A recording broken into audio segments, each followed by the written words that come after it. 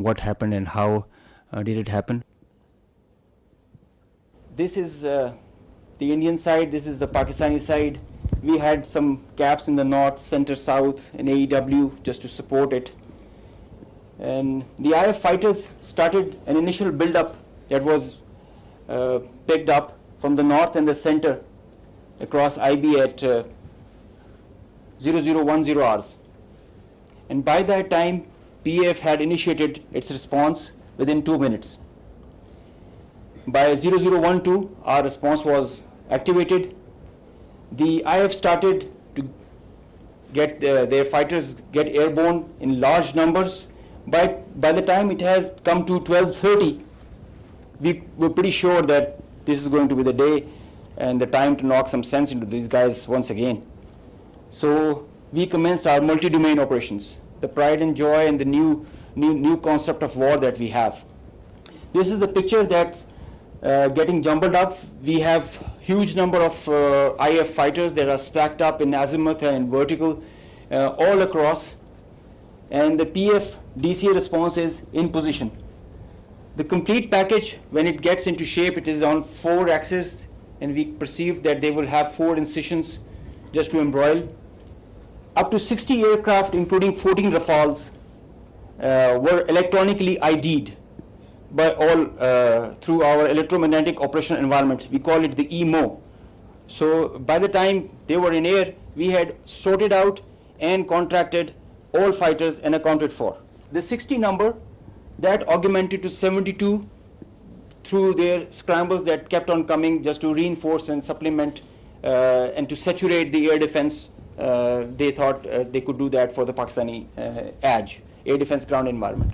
The complete DCA package response by Pakistani side was also there.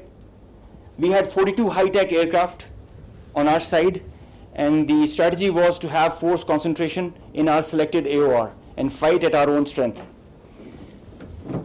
PF fighters ensured Pakistan's air sovereignty, and because of that, we first rerouted all civilian traffic that was about to go from Lahore, Islamabad, in this area, because we thought that this is going to be the hot plate. So we wanted safety for all the civil airliners.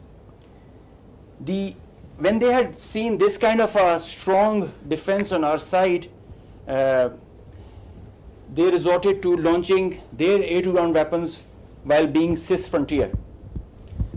And as soon as they had launched the weapons, we could ID that instantly. And the Chief of the Air Staff, as I mentioned, he was in the COC. He has been there for a couple of nights. I have seen him there.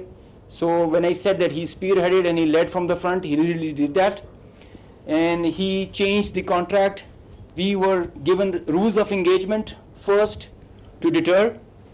And as soon as this thing happened, we changed our rules of the game in the air from deter to assure kill, deny own loss.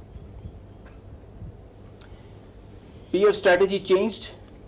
We had a plan. We thought that Indians, the last time they said that they would have Rafales and they could have created any difference. So we targeted their center of gravity and the Rafales. That's why you see good numbers for that. We would have had more numbers, but we showed restraint. Ladies and gentlemen, the thing about this whole playtime was this thing lasted for more than an hour. With so many large number of aircraft, so many large number of aircraft on both sides, with so many grinds, and the flow of the BVR, the modern warfare has changed so much that the long stick, the employment is if you don't shoot, you get shot. So that is why the art was to employ them optimally, and that was a big challenge for us. That is why I say that it has never happened before. These are the locations with the range bearing, electronic ID that we think that we are sure that we have shot. A MiG-29 was shot 8 miles from LOC, bearing 243, 20 nautical miles from Srinagar. A Su-30 was shot 192, 19 miles, 25 miles from LOC. We have the exact details because you cannot, in the modern battlefield, you cannot conjure up things out of imagination. You have an electronic ID. The aircraft gets picked up by his data link. As soon as you put on your radar, you show yourself. And nobody can hide, nobody can deny that. A Rafale was shot 54 miles from LSC in Srinagar. So you can have all these details. We have exact range bearings because and when you employ your weapon, you know exactly when the missile is getting active, when it is getting, and the blip is disappearing, which is verified as you get down for the debrief. So none of the claims have any fat in them.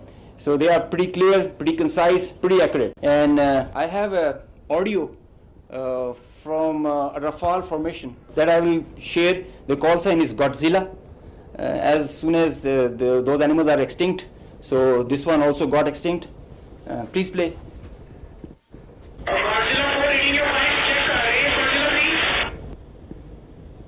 So he's asking whereabouts of his formation member.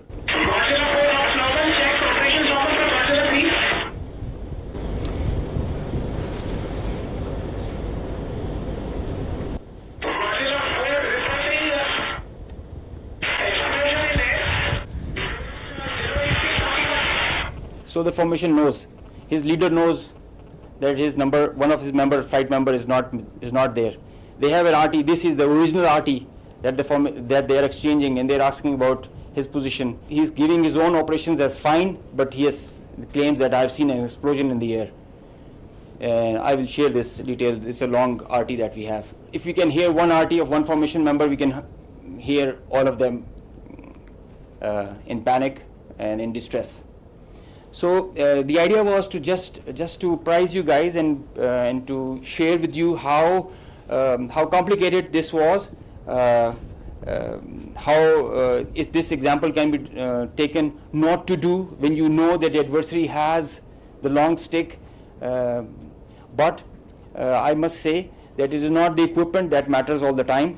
It is the training, it is the leadership that gives you the direction and the ownership that it shows.